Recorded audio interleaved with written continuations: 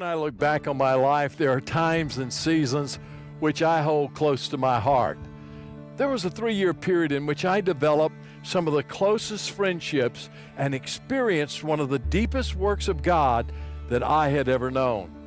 I served for 3 years as pastor of a small church in Germany. God had touched my life through a study that I had done on the life of Moses. I had learned that there were 3 periods of Moses' life and ministry. During the first 40 years, Moses was young and powerful, but God couldn't use a young, powerful Moses. He met failure at the end of that period. During the second 40 years, Moses was a nobody, a poor shepherd in the Midianite desert.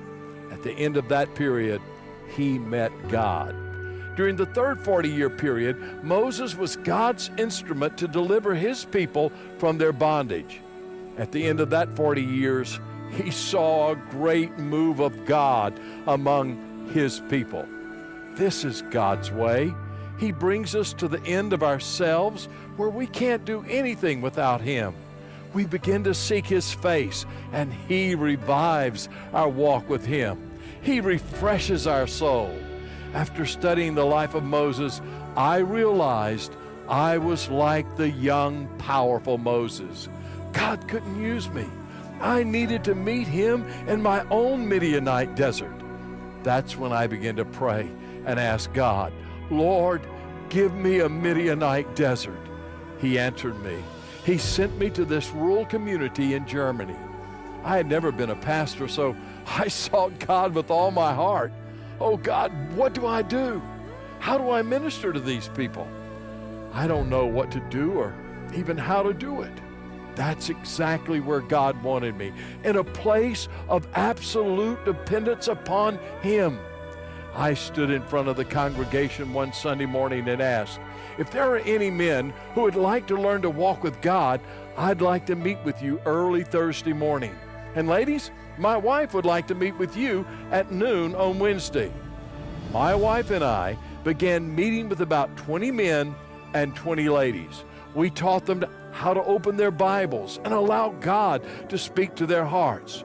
We taught them how to pray according to God's will and pray with an open and transparent heart. God moved mightily among these men and women. Every one of them began meeting with God early in the morning. They sought the face of God, and God heard and answered their prayers. Every one of them led someone to Christ. The church exploded in growth, not because of some slick program, not because of a charismatic leader, but because men and women met with God. God sent revival to his people. Now I look back with such a sense of joy and satisfaction because of what God did. It was a special time in my life and ministry. I realized that what God did wasn't something unusual. Prayer has always preceded revival. During biblical times, God always set his people to praying before he showed them his power. It's been true during the great historic revivals, and it's true today. God has not changed. Prayer is always the pattern of the revived church. Prayer is the outward expression of a humble heart. Prayer says, God, I can't, but you can. I need you. Oh, how I need you. Jesus told his disciples, without me, you can do nothing. Prayer teaches us how helpless we are and how sufficient Jesus is.